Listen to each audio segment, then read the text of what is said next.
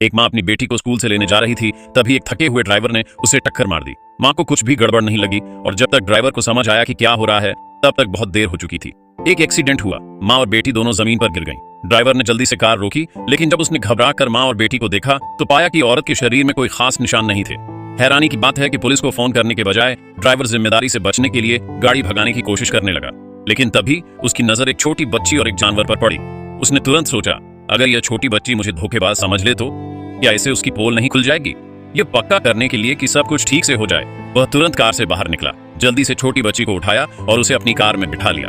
पकड़े जाने से बचने के लिए उसने कार से खून के धब्बे पोंछे और औरत को अकेला छोड़कर जल्दी से गाड़ी चलाकर चला गया। उसे पता नहीं था कि बच्ची का पिता अपने नए स्कूल बैग के साथ खुशी खुशी किंडरगार्टन पहुंच गया है। गेट बंद देखकर उसे लगा कि उसकी पत्नी गलत है, शायद वह काम से जल्दी चली गई थी, लेकिन जल्द ही वह औरत भीड़ से घिर गई और पिता को इत्तेफाक से पता चल गया। यह नजारा देखकर उसने भी मजे में शामिल होने का फैसला किया, लेकिन जब उसने औरत को जमीन पर पड़ा देखा तो वह तुरंत डर गया। वह तुरंत उसके पास दौड़ा।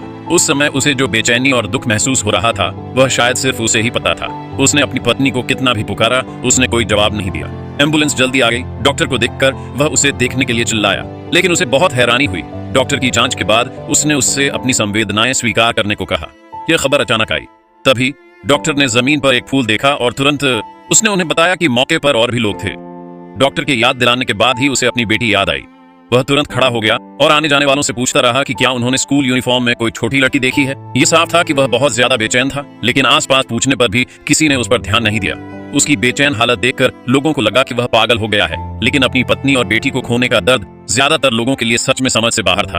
उसकी बेटी जो कुछ भी पीछे छोड़ गई थी वह था उसका स्कूल बैग।